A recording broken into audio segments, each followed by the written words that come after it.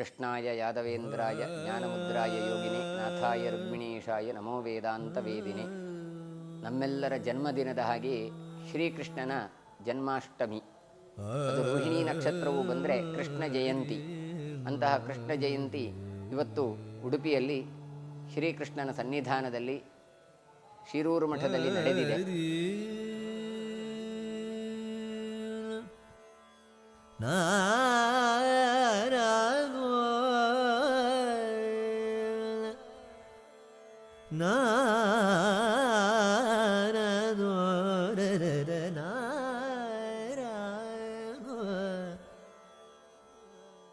ಸಾಮಾನ್ಯವಾಗಿ ಯಾವ ಮಗುವಿನ ಜನ್ಮ ನಕ್ಷತ್ರ ಉಂಟೋ ಅಥವಾ ಜನ್ಮದಿನ ಉಂಟೋ ಅವರನ್ನು ಮಾತ್ರ ಸೆಲೆಬ್ರೇಟ್ ಮಾಡುವಂಥದ್ದು ಸಂಪ್ರದಾಯ. ಆದರೆ ಕೃಷ್ಣನ ಜನ್ಮದಿನದ ಹೊತ್ತು ಅವನು ಮಾತ್ರ ಅಲ್ಲ, ಸಪರಿವಾರವಾಗಿ ಎಲ್ಲರ ಆರಾಧನೆ ನಡಿಬೇಕು ಅಂತ ಶಾಸ್ತ್ರ.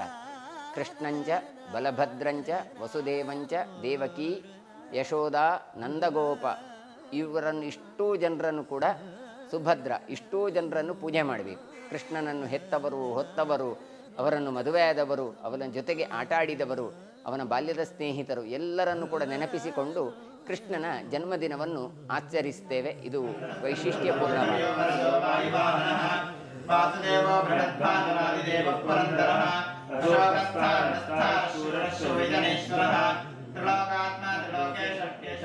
ಕೃಷ್ಣ ಯಾಕೆ ಅವತಾರ ಮಾಡಿದ ಅಂತ ಕೇಳಿದರೆ, ತಾನು ಅವತಾರ ಮಾಡಿದ್ದು ತಾನು ಹುಟ್ಟಿದ್ದಲ್ಲ. ಅವತಾರ ಅಂದರೆ ತಾನು ಇಳಿದದ್ದು. ತಿಳಿದು ಇಳಿದವ ಮತ್ತೆ ಮೇಲೆ ಏಳಬಲ್ಲ. ಹಾಗಾಗಿ ಅಂತಹ ಕೃಷ್ಣ ಯಾಕೆ ಬಂದ ಅಂತ ಕೇಳಿದರೆ, ಧರ್ಮ ಸಂಸ್ಥಾಪನೆಗೋಸ್ಕರ ಬಂದ. ಅದಕ್ಕೋಸ್ಕರ ಹೇಳ್ತಾರೆ ಕೌರವಾನಾಂ ವಿನಾಶಾಯ ದೈತ್ಯಾನಾಂ ನಿಧನಾಯ ಚ ಅಂತ. ಕೌರವರದ್ದು ಹಾಗೂ ದೈತ್ಯರ ನಾಶಕ್ಕೋಸ್ಕರ, ಧರ್ಮ ಸಂಸ್ಥಾಪನೆಗೋಸ್ಕರ ತಾನು ಮತ್ತೆ ಮತ್ತೆ ಮರಳಿ ಬರ್ತಾನೆ. ಗೋವರ್ಧನ ಗಿರಿಧರ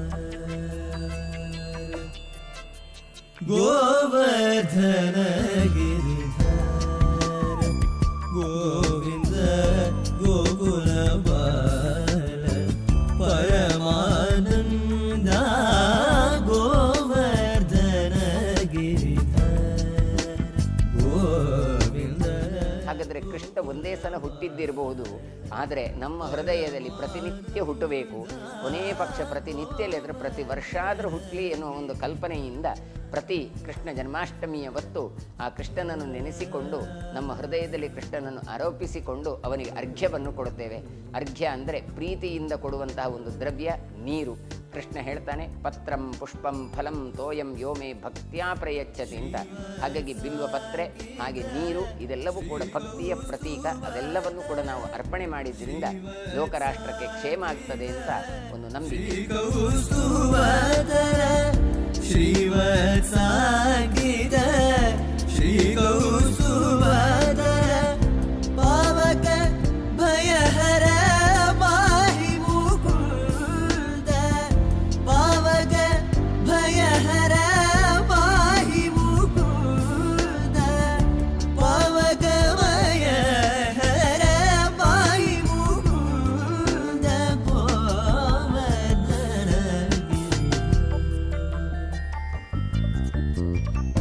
ಪಾಡಿತ ಸುರರು ಪಾಡಿತ ಸುರರಿಪು ಪಾದಪ ಬೃಂದ ಪಾಡಿತ ಸುರರಿಪು ಪಾದಪ ಬೃಂದ ಪಾಡಿತ ಸುರರಿಪು ಪಾದಪ ಬೃಂದ ಪಾವನ ಚರಿತ ಪರಾಮೃತ ಗಂಧ ಪಾಡಿತ ಸುರರಿಪು ಪಾದಪ ಬೃಂದ ಪಾವನ ಚರಿತ ಪರಾಮೃತ ಗಂಧ ನಾಟ್ಯ ರಸೋತ್ಕಟ ನಾನಾಭರಣ